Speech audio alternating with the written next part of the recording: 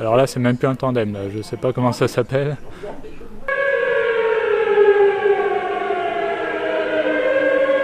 Donc a priori, c'était une voiture de la reine. On voit qu'il a servi, hein. Ça a cramé la peinture. Salut à tous, c'est Loïc, bienvenue sur Tout-Père 5. Alors aujourd'hui, je suis encore en Angleterre, à Coventry, et on va visiter le musée du transport. Donc ça devrait être assez intéressant. Alors là, déjà, on peut voir qu'il doit y avoir un club qui doit être là.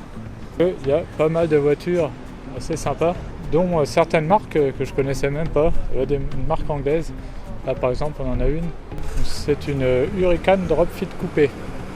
À côté, on a une Armstrong Siddeley. Pour ça, j'avais déjà vu, mais c'est pareil, c'est pas courant du tout, surtout en France. Là, apparemment, c'en est encore une. Alors, en fait, c'est surtout que ça. On a ces deux marques-là. Ah ouais, en fait, ouais, c'est que cette marque-là, en fait. Ils fêtent le 100e anniversaire. 100e anniversaire de la marque. Alors, on va faire un petit balayage. Alors, je peux vous dire absolument rien sur ces voitures parce que je connais pas du tout.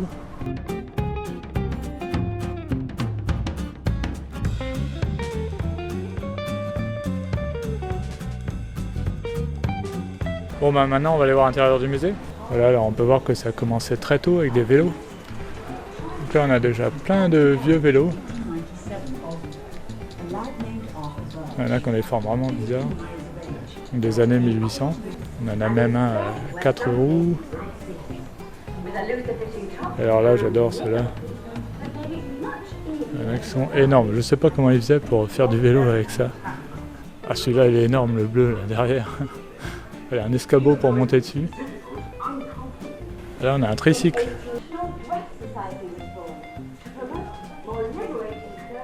Et voilà, on peut voir l'évolution du vélo. Là on n'est même pas encore en 1900, hein, mine de rien.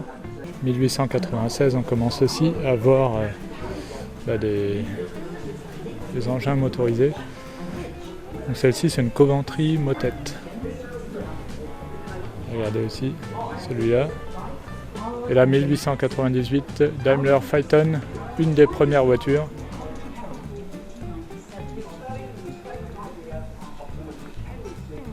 Alors là c'est même plus un tandem, là. Je sais pas comment ça s'appelle. Là on a même un espèce de sidecar. Excellent. 1907 ici. Donc là on arrive à ce qu'on appelle les cycle cars. Donc celle-ci 1913, une Swift. 1910, une Swift, toujours. Alors la bleue derrière, c'est une Hillman. Alors là, on a 1912, 1911. Alors 1906, une Rover. La Rover existait déjà à l'époque. Là, une Ridley. Et là, un Tricar, ils appellent ça. C'est assez sympa ce qu'il y a là-dedans. 1901, celle de devant là.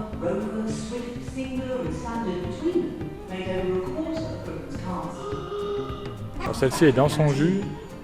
C'est une Humber Tourer 1914.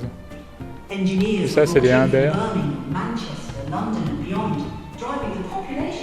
Je ne connaissais pas cette marque, hein, je vous avoue, mais à l'époque il y avait énormément de marques. Certaines sont dans leur jus. C'est sympa. Alors une Daimler, celle-ci. Là c'est pour mon pote Bastien, là je crois qu'on a l'ancêtre du Solex. Et apparemment c'était un Rover. Donc Rover a priori a fait aussi des deux roues. 1920 celui-là. Encore une série de belles voitures là, donc 1920, 1922. Une Alvis, ça c'est assez connu. Calcott, là par contre j'ai jamais entendu parler. Et la verte, une Rover. Alors voilà, comme je vous disais dans la vidéo de Goodwood, c'est vrai qu'à l'époque ils achetaient surtout un châssis et un moteur. Et après ils allaient voir le carrossier qu'ils voulaient pour faire une voiture quasiment sur mesure. Donc là on peut voir un peu l'illustration du truc. Et donc voilà ce que ça donnait à la fin.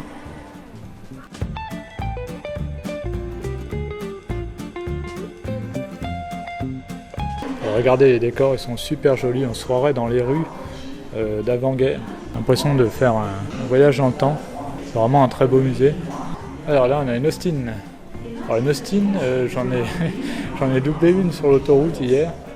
Elle était à peu près de ces années-là. Et le mec, du coup, ça a fait un gros ralentissement d'un seul coup, c'est limite dangereux. Parce que il avançait à la vitesse qu'il pouvait. Hein. Alors une singère ici. Là aussi on dirait une rue reconstituée, c'est super joli. On a une Alvis encore. Très belle. Là une singère. Bon, beaucoup de marques anglaises hein, forcément. Murrilet. Alors Jaguar SS de 1935. Elle est superbe. Alors ici c'est marqué Daimler Queen's Maris. Donc a priori c'était une voiture de la reine. Une Alvis ici. 1938. Une Imbert. Ah bah voilà, on en a vu plein tout à l'heure dehors. Donc là une Armstrong Siddeley. Alors regardez cette reconstitution de garage là. C'est super. Ils ont vraiment tout refait à l'intérieur. Comme c'était à l'époque. Alors là, on a un char Daimler. Je savais pas que vous avez fait des chars. Alors on montre aussi les machines qu'il y avait à l'époque pour faire les pièces de voiture. Et donc, on peut voir que c'était souvent des femmes. Alors surtout pendant la guerre, hein, forcément.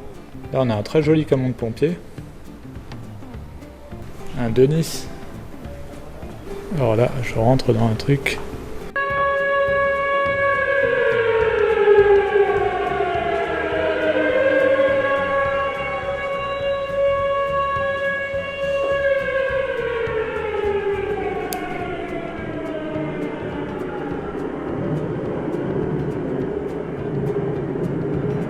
En fait, c'est une reconstitution de bombardement. Alors regardez comme c'est classe par ici. Là aussi c'est une Standard. Là aussi une Standard, une marque que je connaissais pas. Et là une Daimler Limousine. Ça ressemble un peu à celle de la reine.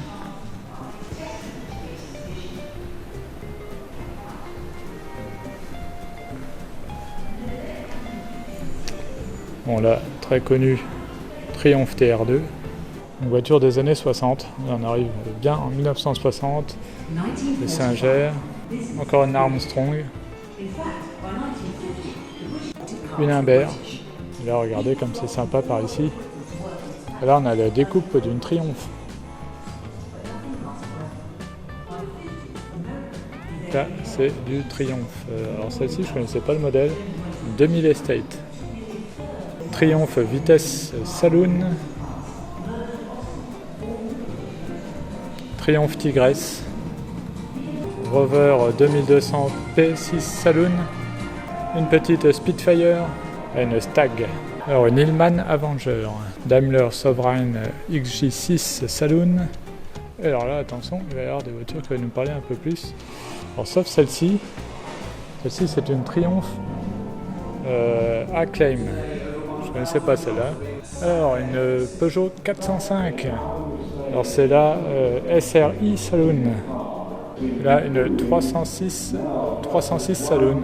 Bon, là, ils ont même exposé une 206. Je ne sais pas pourquoi. Ah d'accord, en fait, c'est parce qu'elle a été assemblée ici, en fait. Et là, on a une 406 Radio Car. Alors, ils se sont plantés, d'ailleurs. Ils ont mis que c'était une 406 et une 405. 405 break. Je sais pas pourquoi ils ont mis 406. Alors une Daimler XJ40 Saloon. Alors, encore une Peugeot ici, donc à mon avis c'est des voitures qui ont été assemblées dans le coin, donc là une 206 SW. Et là les fameux taxis anglais. Alors, on peut regarder à l'intérieur. On peut même monter à l'intérieur. Donc je vais monter pour la première fois dans un taxi anglais. A good standard of living. Là on est pas mal. Alors un corbillard Daimler, bon. Une Singère, encore en utilitaire cette fois. Et ici une Maurice Minor en voiture de poste, l'équivalent de poste, donc Royal Mail ici. Après de ce côté-là on a des calèches, parce que bien sûr ça a commencé au départ par des calèches. Et après là on a un hall où on a plein d'utilitaires. Donc là on a une Triumph de police. Une ambulance, regardez l'ambulance.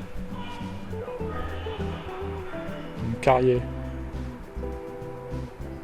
Camion de pompiers. Un Austin de pompiers. Là on a aussi du matériel militaire. Alors un camping-car Atlas,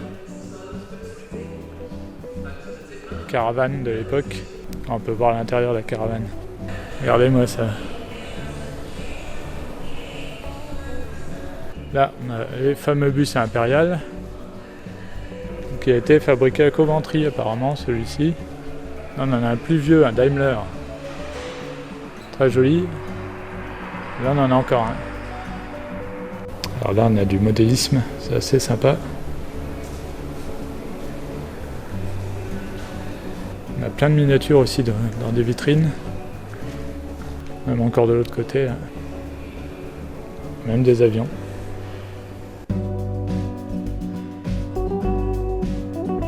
Alors là, a priori, on a un des tout premiers moyens de transport mécanique. Alors ici, on a encore quelques vélos. Une Daimler de 1897. Carrosserie de type F, qui est suspendue comme ça. Trop bizarre ce truc. Alors, voiture électrique déjà en 1987, avec la City Wheel Electric Car. C'est très moche, mais c'était en avance sur son temps à l'époque. Ici, une Ford T qui a révolutionné la construction automobile, les premières voitures faites à la chaîne. Là, on a une Triumph TR7, une Hillman Aeromax. J'aime bien le design. C'est très british. Très belle Jaguar XK 150. Alors là, on a une Mini Countryman électrique. Alors ici, on a un concept de 1991, la Baltic ou Bitter Tasco. C'est un concept car qui a été conçu ici à Coventry, mais qui n'a jamais été commercialisé. Elle a été présentée au salon de Francfort en 1991. Bien voilà, je crois que j'ai retrouvé exactement le même modèle d'Austin que j'ai doublé hier sur l'autoroute. C'était exactement ça. Donc il est avancé à la vitesse qu'il pouvait, mais ça a créé un ralentissement, c'était limite dangereux je trouve. Mais bon, j'ai trouvé ça marrant. Jaguar SS, alors ça c'est super joli. On en a une autre en 2,5 litres. Alors comme on est en Angleterre, forcément il y a un hall consacré entièrement au Jaguar, et là c'est une XK 120. Voilà, donc encore pas mal de Jaguar. Un petit peu cabriolet. Alors ici on en croise régulièrement sur les routes. Une MK2, une MK10 et une XJ6. Là, une XJS, une XK8. Alors ici, je les compte même plus, hein. C'est la voiture du peuple.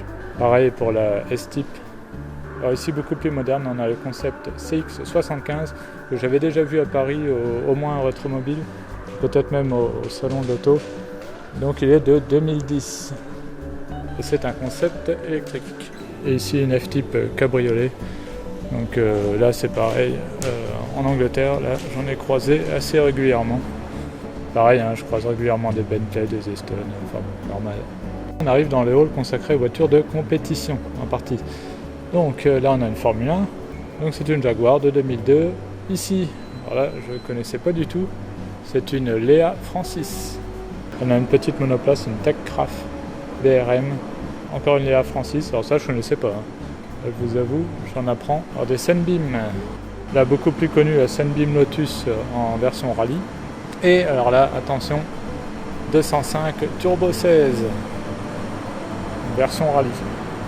Alors là, on arrive dans un hall où on va parler des records de vitesse. Alors le premier record de vitesse a été établi par un Français en 1898 avec 39 miles par heure. Alors par contre, je vous laisserai faire la conversion. Puis après, il y a un Anglais en 1906 qui a fait 91 miles par heure.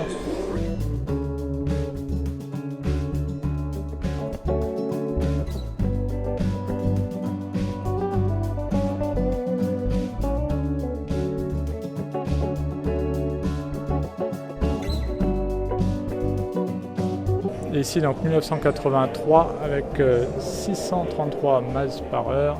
Donc ça fait un peu plus de 1000 km/h avec cet engin là qui est pas énorme celui-ci, mais attendez, il y en a d'autres. On peut voir l'intérieur de la turbine et là l'emplacement des deux parachutes, d'ailleurs deux parachutes ou un de secours, je sais pas, un truc de malade. Donc après, plus récent, 1997, 763 miles par heure. Donc là, on dépasse carrément le mur du son et ça a été fait avec cet engin-là. Voilà, le truc. Alors, il paraissait plus gros en photo, je vous avoue. On va regarder ce que ça donne de derrière. On voit qu'il a servi, hein. Ça a cramé la peinture. Parce que là on a des réacteurs, comme des réacteurs d'avion hein, finalement. Donc là ça crache bien. Ça a cramé toute la peinture sur le côté. Et là on voit voilà, où était logé le parachute pour le freiner à la fin. Et donc ça a été fait dans les déserts, hein, un désert américain. Là où sont toujours battus les records de vitesse, par exemple de Bugatti Veyron. Et donc voilà la bête de devant. Là, ça devait être bien aspiré. Hein. Donc là très aérodynamique. On peut même voir là-bas, vous voyez sur le dessus, ici, on a le cockpit. Donc là le mec, je pense qu'il devait serrer les fesses. Bon bah voilà, c'est fini pour le musée des transports à Coventry.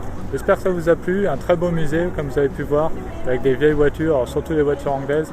Il retrace aussi un petit peu l'évolution de l'automobile, depuis les vélos, en passant par les voitures d'avant-guerre qui étaient vendues avec un châssis et un moteur. L'évolution aussi de la fabrication. Donc voilà, c'est assez intéressant. Et donc pour finir avec les voitures qui ont battu leur record de vitesse. Et il parle aussi beaucoup des voitures qui ont été conçues ici à Coventry. Donc ça c'est assez sympa. Voilà, si vous avez aimé, n'hésitez pas à partager, un petit pouce bleu. Si vous n'êtes pas abonné, je vous invite à le faire. N'oubliez pas que je suis aussi sur Facebook, Instagram et Twitter. Et on se retrouve à très bientôt sur Tout Berzingue. Allez, salut!